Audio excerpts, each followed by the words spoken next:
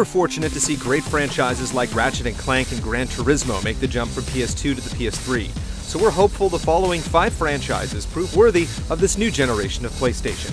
We're sure we'll see favorites like Little Big Planet, God of War, and Uncharted sometime down the road, but these names could possibly be ignored just when they could be producing some of their best games. We want Sony to innovate and create new IPs, but we also want the following franchises on PlayStation 4. Number 5. Siren. Get your filthy hands off my little girl, you son of a bitch! It's been 5 years since we saw the latest entry in the Siren series with Blood Curse, but we're definitely ready to jump into another disturbing romp with zombie cultists. The eerie air among the wooded and secluded towns of Japan really made the game stand out from others in the genre.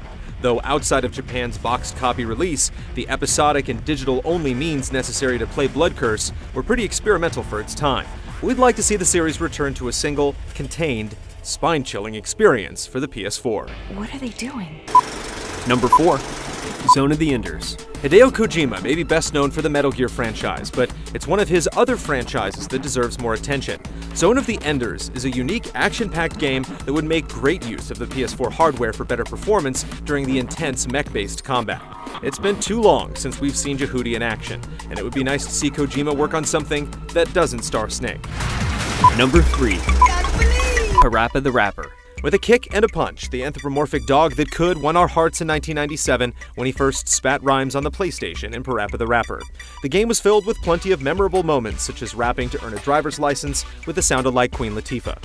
Its simple narrative of Parappa winning over Flower Girl Sunny Funny was filled with equal amounts of absurdity and charm.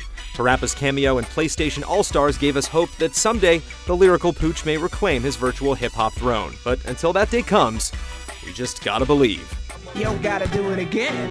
Number 2. Squad 7, move out! Valkyria Chronicles. When Sega unleashed Valkyria Chronicles back on the PS3, it was arguably one of the best exclusives on the console. Its beautiful art style and real-time mechanics made for a refreshing take on the strategy RPG.